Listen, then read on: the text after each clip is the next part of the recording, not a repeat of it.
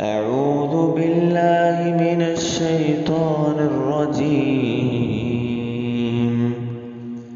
بسم الله الرحمن الرحيم. ظهر الفساد في البر والبحر بما كسبت أيدي الناس ليذيقهم بعض الذي عملوا لعلهم يرجعون. ظهر الفساد في البر والبحر بما كسبت أيدي الناس ليذيقهم بعض الذي عملوا لعلهم يرجعون. أعوذ بالله من الشيطان الرجيم. بسم الله الرحمن الرحيم.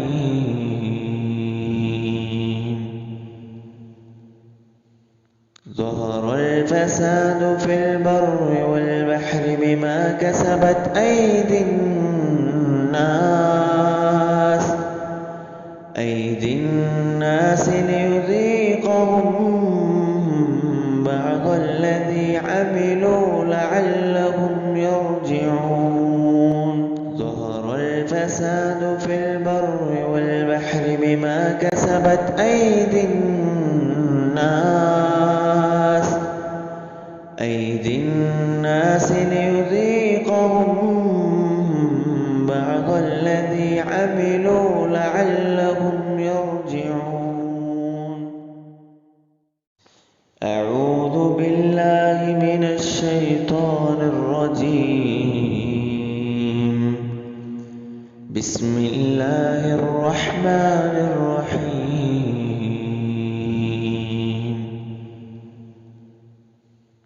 ظهر الفساد في البر والبحر بما كسبت أيدي الناس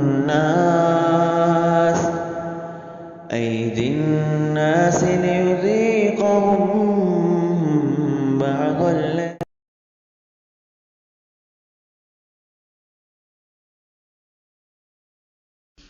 نحمده ونصلي على رسوله الكريم اما بعد فاعوذ بالله من الشيطان الرجيم. بسم الله الرحمن الرحيم. رب اشرح لي صدري ويسر لي امري واحلل عقدة من لساني يفقهوا قولي. رب يسر ولا تعسر وتمم بالخير. اللهم صل على محمد وعلى آل محمد كما صليت على ابراہیم وعلى آل ابراہیم انك حمید مجید. نماز دل کا سکون، یہ ہے ہمارا آج کا ٹاپک.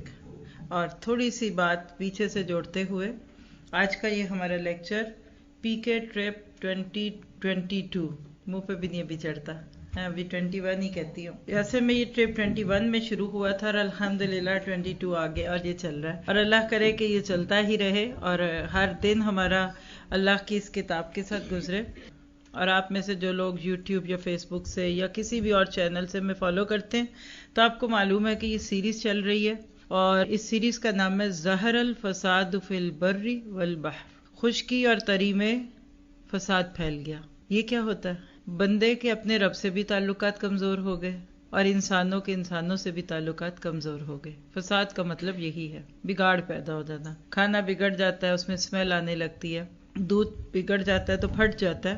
اسی طرح اس دنیا میں مالک نے ہمیں پیدا کیا جس مقصد کے لیے پیدا کیا تھا. جب وہ مقصد چھوڑ کر ہم وہ چیزیں جن کو استعمال کرنے کا حکم دیا تھا، جب ان کو مقصد حیات بنا لیتے ہیں تو پھر وہ کہتے ہیں نا کہ کارے جہاں دراز ہے اب میرا انتظار کر. اللہ نے ہمیں یہ دنیا کھانے پینے اوڑھنے پہننے کے لیے دی کہ میرا بندہ خوش رہے اور اس کے بعد میرے گن گائے. الحمدللہ رب العالمین کی صورت میں میری حمد کے ترانے پڑے، اور ساتھ ہی ساتھ اس کو یقین ہو کہ میرا رب جو ہے وہ میرے ہر معاملے کو اپنے ہاتھ میں رکھ کر مجھ پہ اتنا بڑا احسان کرتا ہے کہ میرے اس بندے کو کسی اور کی ضرورت ہی نہ رہے. لیکن افسوس کی بات ہے کہ آج انسانوں کا، اور انسانوں میں سے بھی ان کا جو خود کو مسلمان کہتے ہیں، باقیوں کی تو ہم بات ہی نہیں کرتے، کیونکہ رب نے تو یا ایھا الناس اعبدوا ربکم کا پیغام سب کو دیا تھا. او main kind worship your lord, اے انسان اللہ کی عبادت کر. رب کا پیغام اس کے بندوں کے نام. قرآن تو سبھی کے لیے ہے، لیکن جب خاص طور پہ ہم خود کو مسلمان کہتے ہیں کہ وی آر مسلم، تو اس کا ایک چھوٹا سا مفہوم ہوتا ہے کہ وی آر پیسفل پیپل، کیونکہ اسلام کو پیس کہتے ہیں نا، امن، سکون. لیکن میرا سوال جو آج کے اس لیکچر کی بنیاد بنے گا، اور وہ کیا ہے کہ کیا ہم آج پیسفل ہیں؟ کیا آج کا مسلمان اپنے آپ کو پرسکون پاتا ہے؟ دیکھیے، دنیا میں سب سے بڑی دولت کیا ہے؟ آپ کہیں گے کرنسی میں شاید کویت کا ریال، شاید وہ سب سے بڑا. درہم بولتے ہیں اس کو یا کچھ اور بولتے ہیں تو بتا دیں. دینار. میرا گمان یہی، آگے اور بھی کوئی کرنسی ہو سکتی ہے. لیکن ذہن میں ایک سوال آتا ہے کہ قطر کا دینار جو ہے وہ اگر کرنسی میں سب سے بڑا ہے، تو آپ کہتے ہیں کہ یہ دنیا کی سب سے بڑی دولت ہے. دھاتوں میں دیکھ لیجئے تو ہمارے گمان کے مطابق پلیٹینیم بہت قیمتی دھات ہے. سونے سے زیادہ ہیرے یعنی گولڈ سے زیادہ ڈائمنڈ کی ویلیو ہے. اسی طرح اگر آپ گھڑیوں کی بات کریں تو ہمارے گمان میں آتا ہے نا کہ گھڑیوں میں شاید شروع سے ہم راڈو گھڑی کا نام سنتے ہیں. اکثر دامادوں کے لیے لوگ دل پہ پتھر رکھ کے لیتے تھے کہ یہ ذرا داماد صاحب سیدھے رہے، بیٹی کو کوئی تانے نہ دے دیں. تو وہ اس طرح کی چیزیں ہم سنتے ہیں. یعنی ہر وہ چیز جو جس میں آج ہم رہتے ہیں، اس میں سے کوئی نہ کوئی چیز دوسری سے قیمتی ہوتی ہے نا.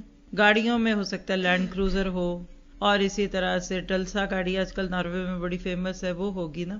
ہم کیا سوچتے ہیں کہ ان ساری چیزوں کو جن کو میں نے آپ کے سامنے مینشن کیا، یہ بڑی دولت ہے. حالانکہ آپ دیکھیے یہ سب کچھ بھی ہو اور دل کو سکون نہ ہو، دل میں خوشی نہ ہو، تو کیا فائدہ؟ اچھی گاڑی میں بیٹھ کر بھی میں نے لوگوں کو روتے دیکھا ہے. بڑے بڑے ریزورٹس میں ہنی مون کے لیے جانے والے شوہر بیوی کو جھگڑتے سنا ہے، جانتی ہوں ایسے لوگوں کو بھی. بڑے بڑے گھروں کے اندر سے کہہ لیجئے کہ اداسیاں اور بے سکونی کی آوازیں آتی ہیں. تو کیا پتہ چلا کہ ساری دولتوں سے بڑی دولت دل کا سکون ہے. کیونکہ آپ پیسے دے کے سب کچھ خرید لیتے ہیں. تو جس کے ہاتھ میں پیسہ ہے وہ کر لے، کہتا ہے کہ پیسہ پھینک پھر تماشا دیکھ، ہے نا.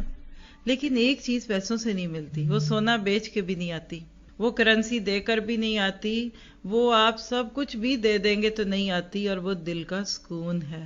تو دل کے سکون کے لیے اللہ نے نماز رکھی ہے. لیکن لکھیے کون سی نماز سکون دے گی؟ جو سکون سے بڑھی جائے گی. پھر بول دیتی ہوں، ہم آج نمازی بھی ہیں الحمدللہ، کسی حد تک 5 وقت کے نمازی تو بہت سے لوگ ہیں، خاص طور پہ مردوں میں سے عورتیں، اور تہجد بھی پڑھتے ہیں کچھ لوگ. اسی طرح سے اشراق کا بھی اہتمام ہے، اور جمعے کے جمعے تسبیح نماز بھی پڑھتے ہیں. رمضان میں 8 نہیں 20 تراویحیں پڑھتے ہیں، ہے نا. عبادت تو ہے، سکون کیوں نہیں؟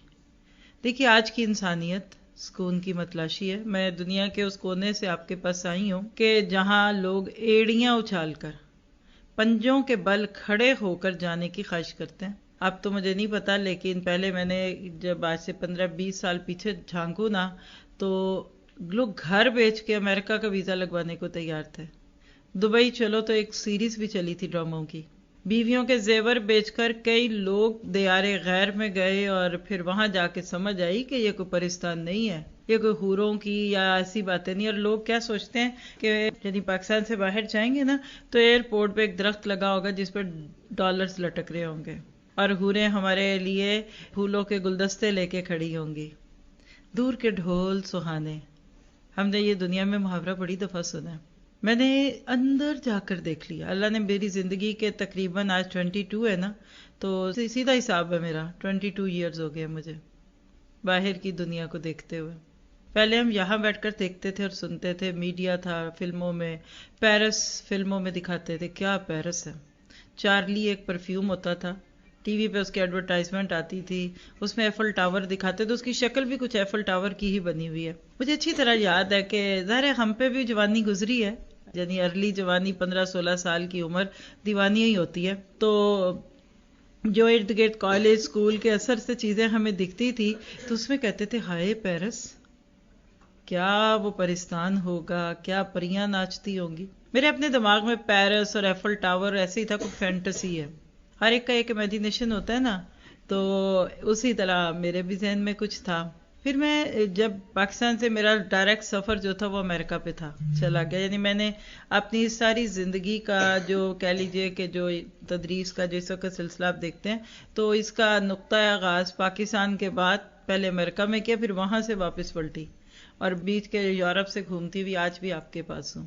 یقین کیجئے آپ اور میں دور سے جو چیز دیکھتے اور سوچتے ہیں نا، وہ سچ نہیں ہے. سارے محاورے بول دیتی ہوں جو مجھے کوئی اس وقت یاد آ سکتے ہیں، کہ ہر چمکتی چیز سونا نہیں ہوتی. اوپر آپ وینیر چڑھا دے گولڈن رنگ کا، مٹی چونے کی دیواریں ہیں اور آپ اس کے اوپر ایک کاغذ لگا دیں گولڈن کلر کا، تو کیا وہ دیوار سونے کی بن جاتی ہے؟ نہیں ہوتی نا. سب کو پتا ہے لک لائک گولڈ ہو سکتا ہے، لیکن یہ ہمارے برتنوں پہ جو گولڈن رنگ ہوتا ہے وہ سونا نہیں ہوتا. بالکل اسی طرح وہ دنیا جنہوں نے دنیا کی ہر نعمت پالی اپنے زوم سے، ادھر سڑکیں بھی صاف ہیں، ان کے گٹر بھی نہیں ابلتے، وہاں کی سڑکوں میں بمپس بھی نہیں ہیں، وہاں چوری چکاری کا اندیشہ بھی نہیں. میں ایک دو ملکوں کے علاوہ اس کی نہیں بات کرتی، نام لینے کی ضرورت نہیں، کیونکہ غیبت جو ہے وہ انسانوں کی بری ہے تو جگہوں کی بھی بری ہے. لیکن ہم سوچتے ہیں کہ وہاں لوگ کھلی چیزیں چھوڑ دیں، تو ایسا نہیں ہے. خدا خوفی ہی ایسی چیز ہے جو سامنے کسی کی چیز پڑی ہو تو اس کو ہاتھ نہ لگائے بندہ. ایک دفعہ ایسا ہی ہوا تھا کہ جس میں آپ دیکھتے ہیں کہ تھوڑی دیر کے لیے بجلی چلی گئی تھی، جس ملک کی میں بات کر رہی ہوں تھوڑی دیر کے لیے بجلی چلی گئی تھی، اور آپ کو پتا کہ وہاں لوٹ مار مچ گئی تھی، کیونکہ کیمرے آف ہے تو اندھیرے کا فائدہ اٹھا کر انہوں نے دکانوں کی دکانیں لوٹ لی. اور ایک طرف وہ بھی جگہ ہم نے اپنی آنکھوں سے بھی دیکھی ہے کہ جہاں روحانیت کے ساتھ اگر اسلام اور قرآن آتا ہے تو آپ دیکھتے ہیں کہ وہاں کھلی دکانیں ہیں گولڈ کی، حی علی الصلاۃ الفلاح کی آواز پہ دکانیں چھوڑ کے چلے جاتے ہیں نا. تو اللہ کا خوف اور تقوی بہت بڑی بات ہے. تو جو بات میں آپ کو بھی فرسٹ تھنگ جو آج کہنا چاہوں گی وہ یہ ہے کہ روپے، پیسے، دولت، اچھی سڑکیں اور عدل انصاف بھی وہاں بہت ہے. حکومت بہت رعایت دیتی ہے، بھوکا کوئی نہیں سوتا. جو جاب لیس ہوتے ہیں ان کو زیادہ دیتی ہے گورنمنٹ، کیونکہ وہ بیچارے جاب لیس ہیں. اس کے باوجود جس چیز کی وہاں کمی ہے وہ سکون ہے. ٹرینکلائزرز کھائے بغیر نیند نہیں آتی، نرم گرم بستروں پہ کروٹیں پلٹتے ہیں، اتنے قسم کے سیریل کہ شاید اس دیوار سے لے کے ادھر تک آئل میں 15-20 قسم کے سیریل لگے ہوں گے. آپ گروسری سٹورز میں جائیں تو یقین نہیں آتا کہ یہ سب ریئل ہے، کیا کھائیں. یعنی ہر وہ چیز جس کا ایک انسان اپنی زندگی میں تصور بھی کر سکتا ہے، اس کے باوجود وہاں سکون نہیں ہے. اس لیے کہ سکون کدھر ہے؟ اللہ سبحانہ تعالیٰ سورۃ الرعد کی آیت 28 میں فرماتے ہیں الذین آمنوا وتطمئن قلوبہم بذکر اللہ، الا بذکر اللہ تطمئن القلوب. آپ سب کو یہ آیت آتی ہے، مجھے پتا ہے، اردو میں بولوں گی تو آپ سمجھ جائیں گے. فرمایا الذین آمنوا، ایسے ہی لوگ ہیں جنہوں نے اپنے اس نبی کی دعوت کو مان لیا اور ان کے دلوں کو اللہ کی یاد سے اطمینان نصیب ہوتا ہے. خبردار رہو، کیا؟ الا بذکر اللہ تطمئن القلوب. اللہ کی یاد ہی وہ چیز ہے جس سے دلوں کو اطمینان نصیب ہوا کرتا ہے. تو آج کا ہمارا ٹاپک نماز دل کا سکون. موضوع کے ساتھ اس کی مماثلت کیا ہے؟ فساد کیسے پھیلا جب ہماری نمازیں بے روح ہو گئیں. ہماری نمازیں ان الصلاۃ تنہی عن الفحشاء والمنکر کے مترادف نہیں رہیں. 21ویں پارے کی پہلی آیت جا کر ڈھونڈ لیجئے، پہلی کے ساتھ ہی دوسری ملتی ہے کہ نماز بے حیائی اور منکر سے روکتی ہے. قرآن کہتا ہے جیسے ڈسپرین اور ایسپرین کا ایک اثر ہوتا ہے نا، شاید ایسپرین خون کو پتلا کرتی ہے، ڈسپرین پین کلر ہے. ہر دوا کا ایک اثر ہوتا ہے نا. کریلوں کی تاثیر گرم ہے، تربوز کی تاثیر ٹھنڈی ہے نا. چیزوں اور دوائیوں کی کچھ تاثیر ہوتی ہے کہ آپ کریلے کھائیں گے اور اگر آپ بلڈ پریشر کے مریض ہیں تو بلڈ پریشر ہائی ہوگا، اور چینی کھائیں گے تو شوگر تو تیز ہوگی نا. اسی طرح نماز کی ایک تاثیر ہے، اور وہ کیا ہے کہ ان الصلاۃ تنہی عن الفحشاء والمنکر. بے شک نماز بے حیائی اور منکر سے روکتی ہے. یعنی جو نمازی ہوگا نا، اس کی زندگی میں فحش کو دیکھنا، سننا اور وہاں رکنا نہیں ہوگا. وَإِذَا مَرُّوا بِاللَّغْوِ مَرُّوا كِرَامًا.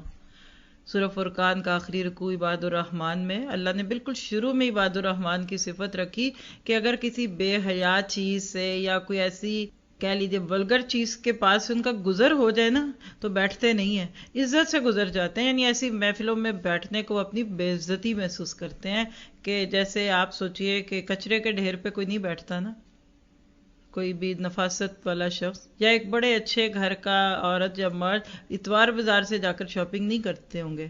وہ لبرٹی یا کہیں ایسی جگہوں پہ تو جا سکتے ہیں لیکن اتوار بازار پہ نہیں جائیں گی، ان کو لگتا ہے اٹس بیونڈ آور اسٹیٹس. تو جو حقیقی مسلمان ہوتا ہے نا وہ ایسی جگہوں میں بیٹھنے کو اپنی بے عزتی محسوس کرتا ہے. وہ کہتا ہے میں اتنا گرا ہوں، میں ایک روٹی کھانے کے لیے ادھر بیٹھ گیا ہوں، صرف میں گفٹ دینے کے نام پہ ادھر آ کے بیٹھ گئی ہوں، ملک الموت آ گیا تو میرا ٹھکانہ کیا ہوگا. موضوع آج یہ نہیں ہے، اس پہ الگ کریں گے کسی وقت بات انشاءاللہ. لیکن نماز ہمیں آج بے حیائی سے نہیں روک رہی الا ماشاءاللہ.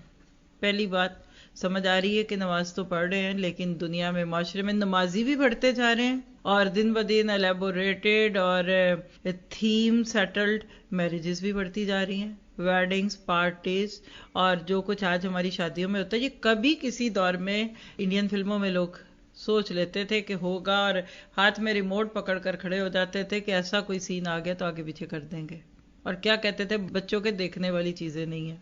ہم بڑے ہوئے تو ہمیں پتہ چلا یہ تو بڑوں کے بھی دیکھنے والی نہیں ہے. شوہر بیوی رات کی تنہائی میں نہیں وہ دیکھ سکتے جو لوگ بچوں سے چھپ کے دیکھتے تھے، ہے نا.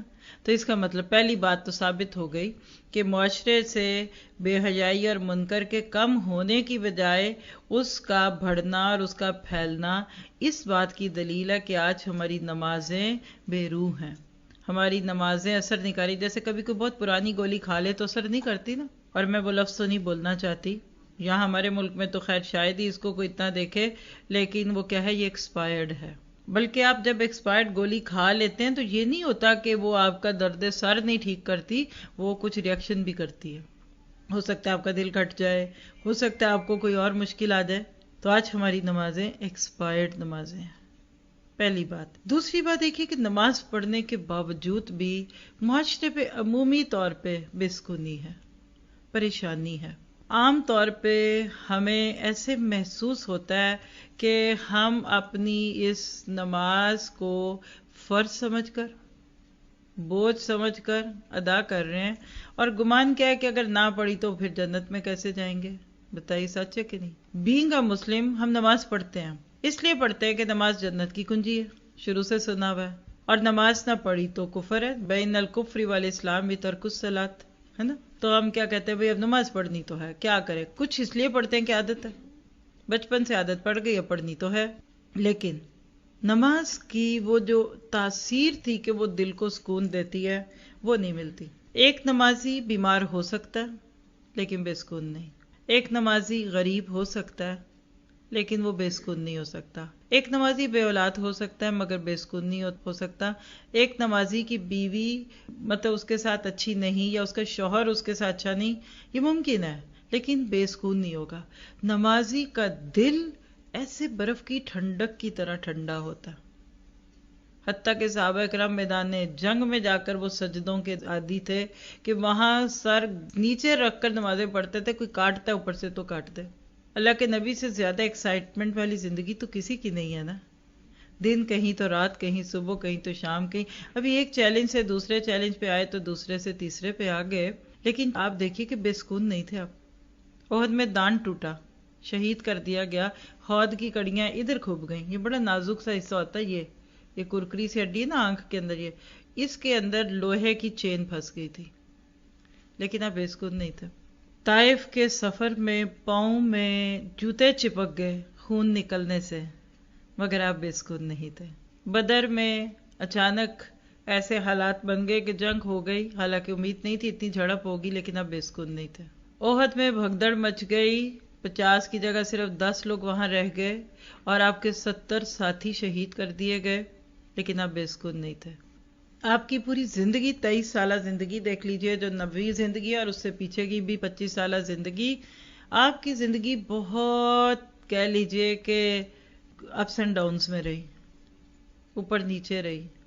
اللہ خود کہتے ہیں وَالضُّحَىٰ وَاللَّيْلِ إِذَا سَجَىٰ مَا وَدَّعَكَ رَبُّكَ وَمَا قَلَىٰ. اللہ کو آسمان سے کہنا پڑا کہ ڈونٹ وری، میں نے تمہیں نہیں چھوڑا. آسمانوں سے اللہ سبحانہ تعالیٰ پکارے دے کر کہتا تھا ڈونٹ وری، یہ تیرا کچھ نہیں بگاڑ سکتے. اتنے ابتر حالات تھے لیکن آپ بے سکون نہیں تھے. یہی حال صحابہ کا تھا. زخموں سے خون رستا تھا لیکن بے سکون نہیں تھے. وہ پور پور تک دشمن کے تیروں تلواروں میں کھبے ہوتے تھے لیکن بے سکون نہیں تھے. کیوں؟ اس لیے کہ نماز میں جب دن میں 5 بار آپ اپنے اتنے پیارے مالک سے باتیں کر لیتے ہیں نا تو پھر بے سکونی نہیں رہتی. بے سکونی پتہ کیا ہے؟ آپ کو بھوک لگی ہے، کھانا نہیں آپ کھا رہے، پھر اور لگتی ہے، پھر پیٹ میں سے کرمز پڑتے ہیں، پھر آپ اور نہیں کھاتے کچھ گھنٹے اگر تو دل ڈوبتا ہے. لیکن جو ہی کھانا کھا لیتے ہیں تو آسانی، پھر وہ ساری کیفیت ختم ہو جاتی ہے نا. بلکہ اگر آپ اور تھوڑی دیر نہ کھاتے تو سر میں درد شروع ہو جانی تھی. پیاس لگی خیر ہے، تھوڑی دیر اور لگی پھر گلا چھلنے لگتا ہے. واش روم میں جانا ہو، یہ کیفیت کیا ہو جاتی ہے جب آپ کو واش روم یوز کرنے اور آپ جا نہیں پا رہے ہیں؟ بے سکونی ہوتی ہے نا. جب آپ اپنی حاجت پوری کر لیتے ہیں، کھانے کی کر لی تو معدہ سکون میں ہے، آپ نے پینے کی کر لی تو گلے کو سکون مل گیا، آپ نے واش روم یوز کیا، آپ کہتے ہیں شکر ہے سکون لگ گیا. دیٹ مین ہم اپنے جسم کے اس فطری نظام کے اندر کوئی بھی چیز جو کہ اللہ تعالیٰ نے رکھی ہے اس کو فلفل کر لیتے ہیں تو سکون آ جاتا ہے. زندگی کے اور بھی بہت سارے معاملات ہیں، جب وہ حل ہو جاتے ہیں تو سکون مل جاتا ہے. لیکن جب ہم کسی چیز کو صحیح طریقے سے نہیں کرتے تو بے سکونی ہوتی ہے. تو پتہ کیا چلا کہ فلفلمنٹ کا نام ہے سکون. نماز فلفلمنٹ کا ذریعہ تھی. ایک ہے نماز نہ پڑھنا، وہ اس کو ذرا سائڈ پہ کر دیجئے، وہ تو مردہ دل مردہ ہے، وہ اس کے تو اللہ تعالیٰ کے ساتھ تعلقات ہی اچھے نہیں ہیں. بات ہو رہی ہے نماز پڑھنے والوں کی. وہ صحابہ میں سے ایک صحابی تھے کہ جن کے جسم میں ایک تیر لگ گیا تھا، اور روایت میں تھے کہ وہ تیر کسی ہڈی میں کھب گیا، پیچھے بون میں چلا گیا نا، پریشر سے چلا تو گیا. آپ جب اس کو نکالنا چاہتے ہیں تو چیخیں نکلتی ہیں. اب کیا ہوا کہ تیر کھب گیا، نکالنا چاہتے ہیں تو بڑی تکلیف ہوتی ہے.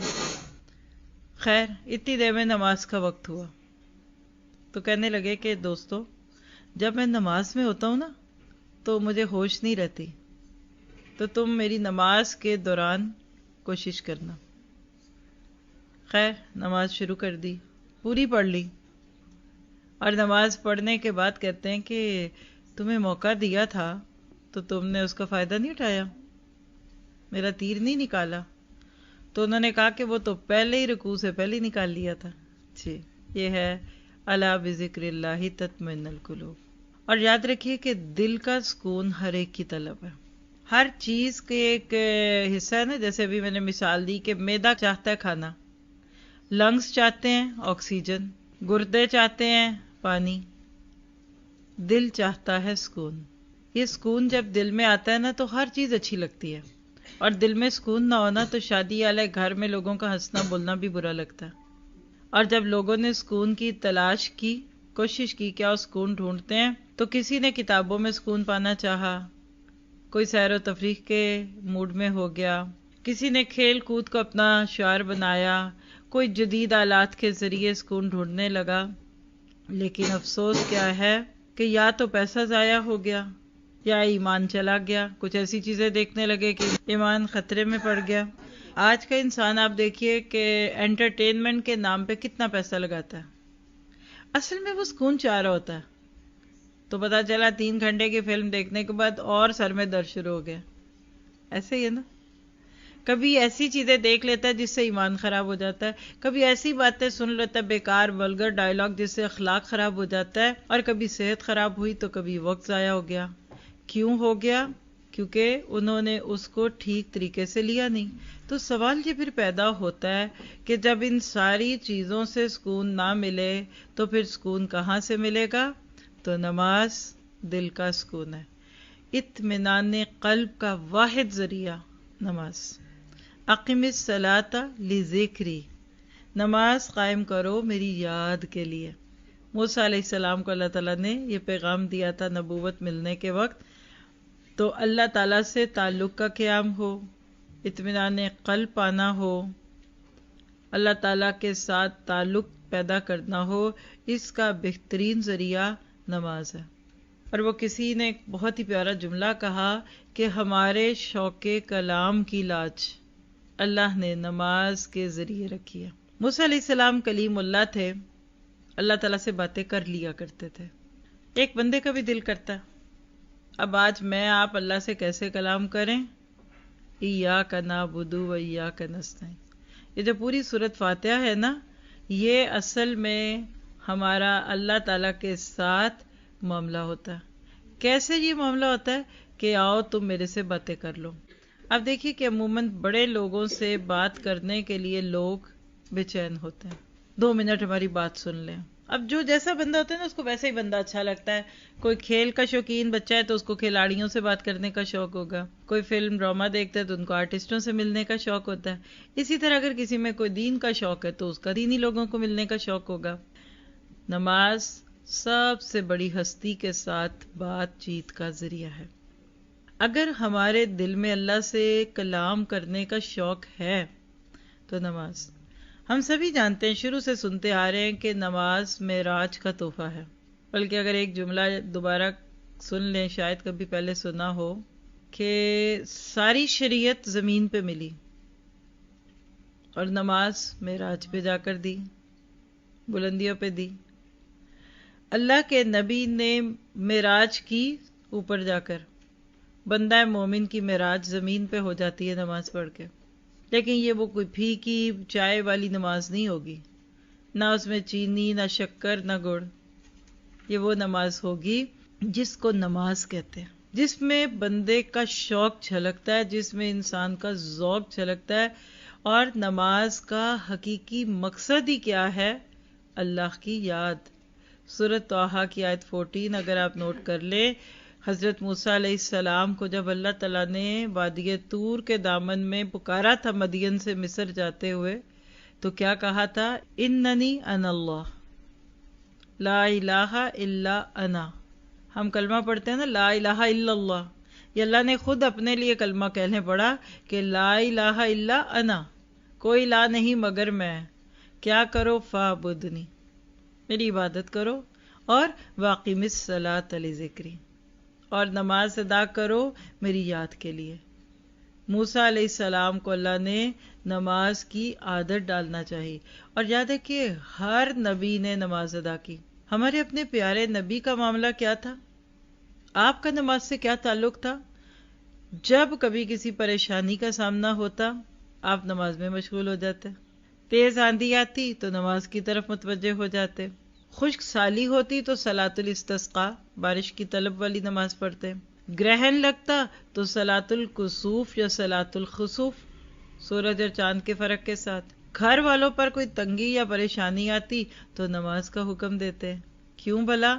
اس لیے کہ نماز کے ذریعے تسکین ملتی ہے کہ میرا رب مجھ سے دور نہیں ہے۔ اور یاد رکھیے، نمازی بے صبرا نہیں ہوتا بلکہ پرسکون ہوتا ہے۔ اس کی دلیل ہے قرآن میں، سورۃ معارج کی آیت 19 سے 23 جا کر دیکھیے گا۔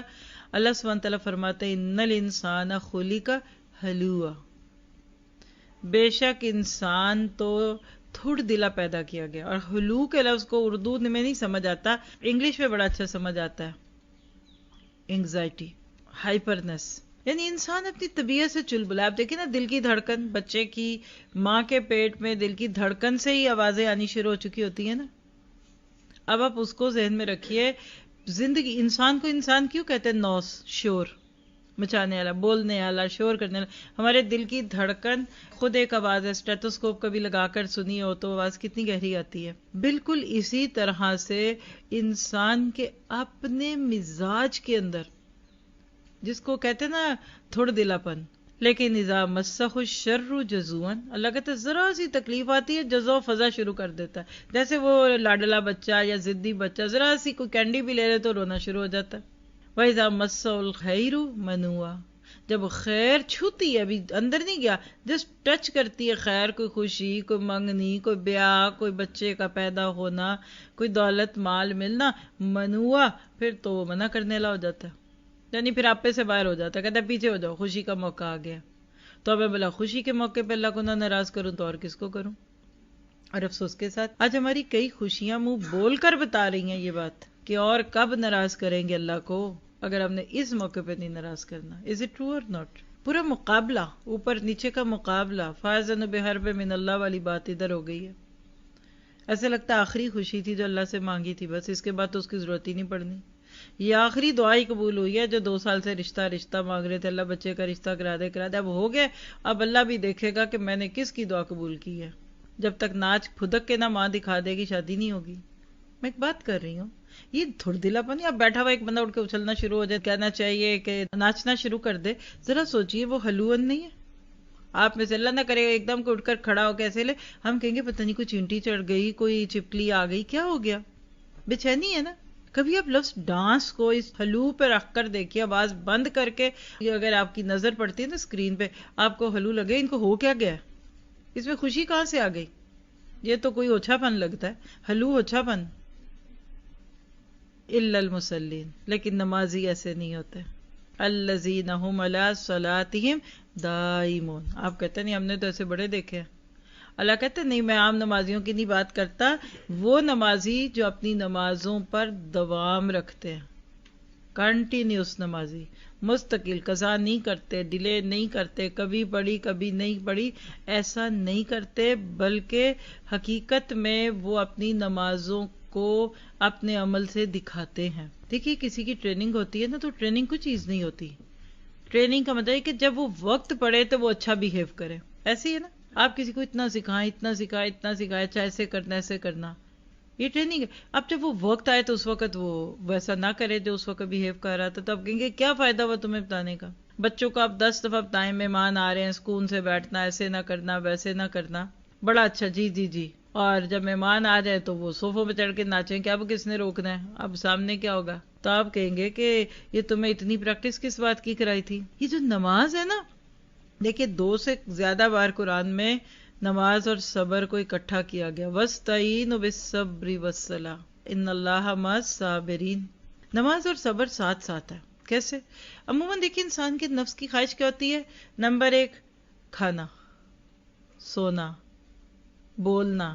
اور آپ 3 چیزیں یہ جو میں نے گنی ہے نماز میں کر سکتے ہیں.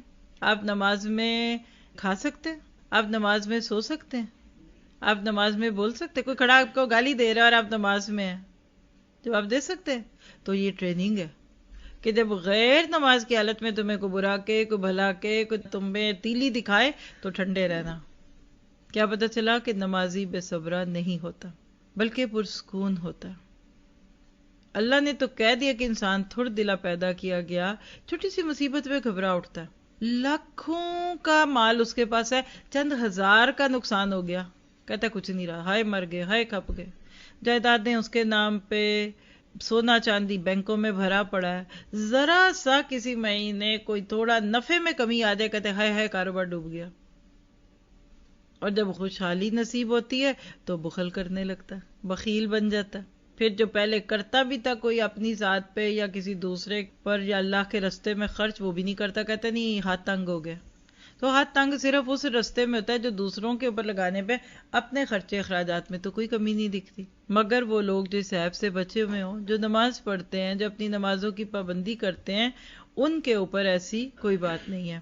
اور آپ بھی نماز پڑھتے ہیں، میں بھی پڑھتی ہوں الحمدللہ. میرا گمان ہے کیسے پتا چلے کہ میری آپ کی نماز سکون دینے لگ گئی ہے؟ سوچئے ذرا، آپ کو نمازوں کا انتظار لگ جائے گا. بھوک لگتی ہے نا تو کھانے کا انتظار لگ جاتا ہے، نیند آتی ہے تو بستر پہ جانے کا انتظار لگتا ہے. آپ ایک نماز سے اگلی نماز کے بیچ میں اگر منتظر ہیں، بار بار گھڑی دیکھ رہے ہیں، آپ بار بار دیکھ رہے ہیں اچھا وقت نہیں ہوا، اچھا کیا ہوا، تو سوچ لیجئے کہ آپ کی نماز زندہ.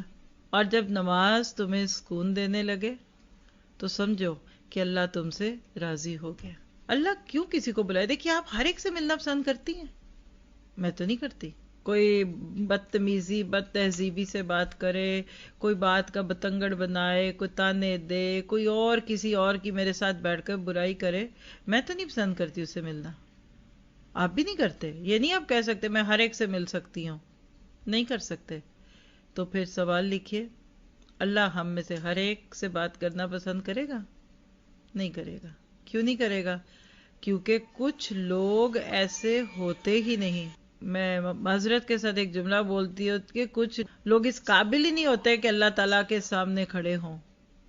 اس لیے کہ اللہ سبحانہ تعالیٰ نے ایک کرائٹیرین رکھا ہے. آپ دیکھتے ہیں عموماً کچھ علاقوں میں کچھ ایسی چیزیں ہوتی ہیں کہ جدھر جانے کے بعد کچھ پابندیاں لگ جاتی ہیں. بھائی اس جگہ فلاں لوگ رہ سکتے ہیں. مثلا آرمی کا علاقہ کینٹ کا ہے تو کہتے ہیں جی آرمی والے ہی وہاں رہیں گے، دوسرے نہیں رہ سکتے. ایسے ہی ہے نا. بالکل اسی طرح سے اللہ تعالیٰ نے کچھ لوگوں کے کیلیپر کو دیکھ کر، یعنی ان کی بد تہذیبی، ان کی چغلیاں، ان کا دوسروں کو تانے دینا، ان کی آنکھوں کا گندی چیزوں کو دیکھنا، ایسی ویسی چیزوں کو دیکھ کر اللہ سبحانہ تعالیٰ نے ان کو روک دیا کہ ان کو نہ میرے سامنے لانا. جس کو آپ کہتے ہیں کس منہ سے رب کے سامنے جائیں. اگر ہم اللہ تعالیٰ کا دیدار کرنا چاہتے ہیں کل قیامت میں، تو کیا ہم آج اپنے آپ کو، اپنے چہرے کو اس قابل کرتے کہ ہم اللہ تعالیٰ کو اپنی بات کرا سکے؟ تو جب نماز کی توفیق نہیں ملتی تو مان لیجئے رب ناراض ہے. وہ تمہیں اپنے دروازے پہ دیکھنا ہی نہیں چاہتا. کسی نے ایک پہلے بات سنائی، ہماری اپنی ہی ساتھیوں میں تھی، تو باہر سے آئی ہوئی تھی اور سعودیہ اور اس کے ارد گرد کعبہ تھی. تو کوئی ایک صاحب تھے، اللہ ان کی مغفرت کرے، جو بھی تھے اور اچھے ہی ہوں گے، ہمارا اچھا ہی گمان ہوگا، جدہ میں رہنے کے باوجود عمرے کے لیے نہیں جاتے تھے. کوئی کہتا بھی تھا تو کہتے تھے چھوڑ دو، مجھے کوئی نہیں، یعنی نمازی نہیں تھے، شوق ہی نہیں تھا اور بس دور ہی دور تھے. ایک دفعہ کسی نے بہت ہی یاد دلائی، شرم کرو، دروازے پہ بیٹھے ہو، لوگ اتنی دور سے آتے ہیں، اور یہ وہ جو بھی کہا ہوگا، مجھے کیا پتا کیا کہا، بات سمجھانے کے لیے کہہ رہی ہوں. تو مارے باندھے انہوں نے کہا اچھا تم کہتے ہو تو میں چلا جاتا ہوں. اور گھر کے دروازے تک پہنچے اور ایک دم گرے اور دل کا دورہ پڑا اور ختم. ہمیں نہیں پتا اس کے ساتھ کیا ہوا. دیکھیے کوئی آپ گمان نہ کیجیے گا، نہ میں جانتی کون ہے، نہ آپ، جو میں نے سنا آپ کو بتا دیا، لیکن دیکھنے میں لگتا ہے کہ اللہ نے روک دیا کہ تم روٹھے ہم چھوٹے، تمہیں میرے سے بات نہیں کرنی، تو میں کون سا کوئی تھوڑا ہوا ہوں، میرے بھی بڑے ہیں. تو اپنی نمازوں کو ہم چیک کریں. اگر ہماری نمازیں ہمیں سکون دے دیں، ہماری زندگی میں سکون آ جائے گا. یہ کیا حلف لیا ہمیں ہر وقت کہ ہائے ہائے یہ چیز چلی نہ جائے، ہائے سیل لگی مجھے نہ ملی، ہائے ٹریفک، یہ جتنا بلاکیج آپ کے لاہور میں. کبھی آپ امیجن تو کیجئے، آپ زیادہ وقت رستوں میں گزارتے ہیں، فاصلہ وہی ہے، رش کی وجہ سے آپ وہاں تک پہنچ نہیں پاتے. کس کو جلدی ہے؟ ایک سیل کا سائن کھل جاتا ہے، لوگ ایسے جاتے ہیں شاید گھر میں ایک کپڑا نہیں ہے جو پہن کے سو سکے. اگر میں دیر سے چلی گئی تو ہائے وہ ڈیزائن مجھے نہیں ملنا. یہ جو آج کپڑوں کی دنیا میں جو ایک مینوپلیز ہو کر اور ایک ایک جوڑا دکھا کر اس کو ہزاروں کا کر کے بیچ رہے ہیں، ہلو، میرے نصیب کی چیز کہیں نہیں جائے گی. اللہ کے نبی کی دعا، اللہم لا مانی لما اعطیت ولا موتی لما منعت ولا ینفع ذا الجد منک الجد، کہ کسی کو بھی کوئی روک نہیں سکتا کوئی چیز دینے سے جب تک اللہ دینا چاہے.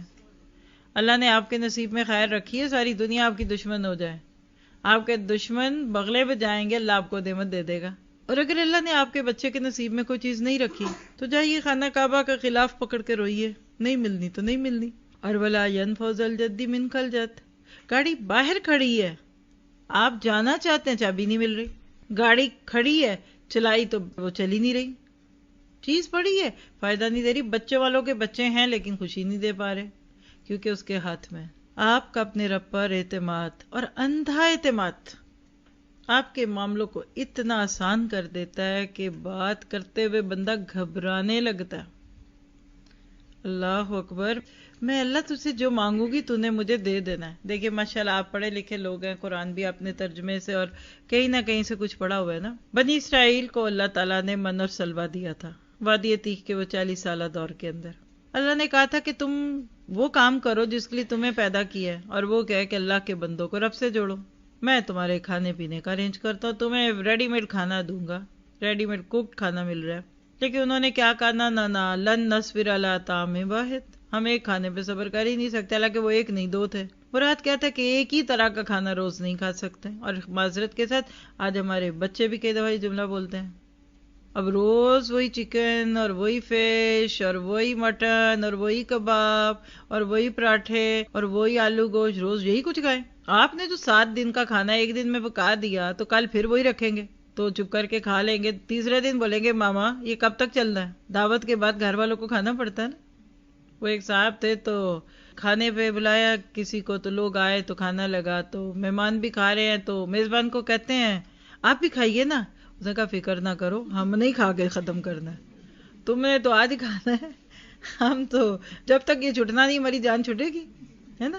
تو جب ایک انسان ان نعمتوں کو پاتا ہے، اللہ تعالیٰ کی طرف سے اس کے اوپر اتنی رحمتیں ہوتی ہیں، تو یاد رکھیے کہ اللہ کے ساتھ قرب بندے کو سکون دیتا ہے. گھر میں لڑائی ہو رہی ہے، اللہ نہ کرے کسی کی بھی ہو، 2 بچوں کی ہو رہی ہے، میاں بیوی کی ہو رہی ہے، ساس بہو کی ہو رہی ہے، اتنے میں مغرب کی اذان ہے، حی علی الصلاح حی علی الفلاح. بتائیے کیا ہوگا؟ پہلے تو ہماری طرح جلدی سے لوگ دوپٹہ ڈھونڈیں گے، سر پہ لینا اذان ہو رہی ہے، پھر تھوڑی دیر چپ کر جائیں گے کہ اذان میں بولنا نہیں ہے، تھوڑا وہ غصہ مرا. اب ظاہر مغرب کا وقت ہی بڑا تھوڑا ہے اور دونوں ہی نمازی ہیں، تو ساس کے ٹھہر جا ذرا میں نماز پڑھ کے تیرے سے نبڑتی ہوں. بہو بھی کہتی ہے چلو شکر ہے بلا ٹلی، یعنی ساس نہیں، وہ لڑائی بلا ہے. اس نے بھی جا کے وضو کیا، ساس نے بھی، بہو بھی کر کے وضو نماز پڑھی. ساس نے جو ہی وہ منہ پہ پانی ڈالا، کلی کی مسا کیا نا، وہ سارا مچ مچ ختم ہو گیا. سلام پھیرتے کیا کہے گی؟ چھوڑو مٹی ڈالو. میں اب کیا اس کو کہوں؟ یعنی نماز کیسے برائی سے روکتی ہے اور ہمیں سکون دیتی ہے. آج برائی سے روکنے سے زیادہ میں سکون پہ بات کرنا چاہتی ہوں. نمازی کبھی گھبراہٹ میں نہیں آتا، اس کی ایک ہی گھبراہٹ ہے کہ میری نماز نہ چلی جائے. اور الحمدللہ میں اپنے گھر میں یہ چیز دیکھتی ہوں، نماز سے اگلی نماز تک کے بیچ میں صرف وہ ہے کہ جس سے اگلی نماز کی جماعت نہ جائے. ان کا یہ ایشو ہے سب سے بڑا کہ میری نماز قضا نہ ہو جائے. ان کی بے سکونی یہ ہے کہ نماز قضا نہ ہو جائے. کوئی ایسا کام بیچ میں نہ شروع کرنا ہے نہ چھوڑنا ہے جس کی وجہ سے نماز کا اثر ہو. کوئی دعوت، کہیں جانا، کوئی شادی، ساری دنیا بلاتی رہے، نماز تو نماز ہے. اور نماز کے بعد بے سکون. رات کی لیٹ نائٹ کیوں نہیں اچھی لگیں گی دعوتیں؟ کیونکہ فجر چلی جائے گی. یہ سکون جس کو ملتا ہے نا وہی انجوائے کر سکتا ہے. تو آپ کے میرے لیے آج کا ایک چھوٹا سا ریمائنڈر، قرآن کے بارے میں اتنی خوبصورت آیت سننے کے بعد آج کیا ہے کہ آج سے اپنے مزاج کو دیکھیے. غصے میں آ جاتی ہوں، بے سکون رہتی ہوں، گھبراہٹ ہے، وسوسے آتے ہیں، دھڑکا لگا ہوا ہے، دل بے کلی میں ہے، اداسی ہے، تو جا کر آج جیسے بلڈ پریشر چیک کرتے ہیں نا، اپنی کبھی شوگر چیک کرتے ہوں گے، آج سے آپ اپنی نماز چیک کیجیے. پہلی صورت یہ ہو سکتی ہے جو بڑی ورسٹ ہے کہ آپ پڑھتے ہی نہیں، نماز پڑھتے ہی نہیں آپ، تو وہ تو دل مردہ ہے. دوسری بات ہے پڑھتے تو ہیں، جلدی میں پڑھتے ہیں، رکوع اور قیام ہی پورے نہیں ہیں، سجود ہی پورے نہیں ہیں، تو بھی گڑبڑ ہے. تیسری بات ہے جو پڑھ رہے ہیں وہ سمجھ ہی نہیں آ رہا، تو پہاڑے پڑھ لیں، آپ اس میں ترانے پڑھ لیں، کچھ بھی پڑھ لیں، ایک ہی بات ہے، آپ کو پتہ ہی نہیں ہے کیا. ایک بہت ہی ریئل کلپ تھا، میرا خیال ہے جرمنی کا تھا، سال ہی ہو گیا ہوگا، وقت گزرتے دیر نہیں لگتی. تو کسی نے ایک کمنٹ کے ساتھ ایک ویڈیو شیئر کی تھی، لائیو ویڈیو تھی، کہ میرے اوپر اپنی ساری نیکی کا جو بھرم تھا وہ کھل گیا. یہ مفہوم تھا اس کا ویڈیو کا. اور وہ کیا تھا کہ ایک شخص کسی جگہ 2-3 لوگوں کے ساتھ مل کر نماز پڑھ رہا تھا. ایک لڑکا آگے نماز پڑھا رہا تھا، 3-4 لڑکے پیچھے تھے، اور وہ کوئی پبلک پلیس تھی. تو کہتے ہیں کہ جب ہم نماز پڑھ رہے تھے تو سلام پھیرنے کے بعد دیکھا تو پیچھے کچھ لوگ کھڑے ہو کے ہمیں دیکھنے لگ چکے تھے کہ جو ایک کرتا ہے وہی سارے کرتے ہیں. تو خیر وہ ان سے جب بات چیت ہوئی، انہوں نے کہا تم کیا کر رہے تھے؟ انہوں نے کہا ہم نماز پڑھ رہے تھے. کہا اچھا، بڑا اچھا لگ رہا تھا. کہا یہ ایک آگے کیوں تھا؟ کہا یہ ہمارا لیڈر تھا. کہنے لگا کہ اچھا وہ جو پڑھ رہا تھا نا، اونچی نماز تھی، جہری تھی، تو وہ بہت پیارا کوئی سانگ گا رہا تھا. اس نے کہا وہ سانگ نہیں تھا، وہ قرآن تھا، ہماری ہولی بک ہے، ہولی بائبل ہے ہماری. اس نے کہا اچھا یہ بتاؤ کہ اس کا مطلب کیا تھا؟ اب یہ بندہ کہتا ہے کہ میری ساری دینداری پوری ہو گئی. کہتا میں گھبرا گیا. میں نے اسے کیا کہا، آئی ڈونٹ نو، اس کو پتا ہوگا جو پڑھ رہا ہے. اس نے کہا چلو مجھے ادھر لے جاؤ. تو وہ اس کے پاس لے گیا جو نماز پڑھا رہا تھا. اس نے اس کے ساتھ بھی وہی باتیں کر کے اس کو بعد میں پوچھا یہ جو تم پڑھ رہے تھے نا یہ کیا تھا؟ اب وہ بھی بغلے جھاڑنے لگا، اس کو بھی نہیں پتا تھا. تو بڑا حیران تھا. تم مسلم دن میں 5 بار وہ چیز پڑھتے ہو جس کا تمہیں ترجمہ بھی نہیں آتا. اللہ اکبر. تو انشاءاللہ ہم آج اس لیکچر کے بعد آگے چلیں گے. تو اسی سیریز میں آپ کو آگے ایک لیکچر دکھے گا کہ بچوں کو نماز کا عادی کیسے کریں. تو میں اس کو بچوں سے نہیں شروع کروں گی، اپنے آپ سے کروں گی. آپ کو انشاءاللہ دیں گے وتھ ٹپس کہ اپنے آپ کو اور اپنے بچوں کو نماز کا عادی کیسے بنائے، کیونکہ آج کا یہ بہت بڑا چیلنج ہے.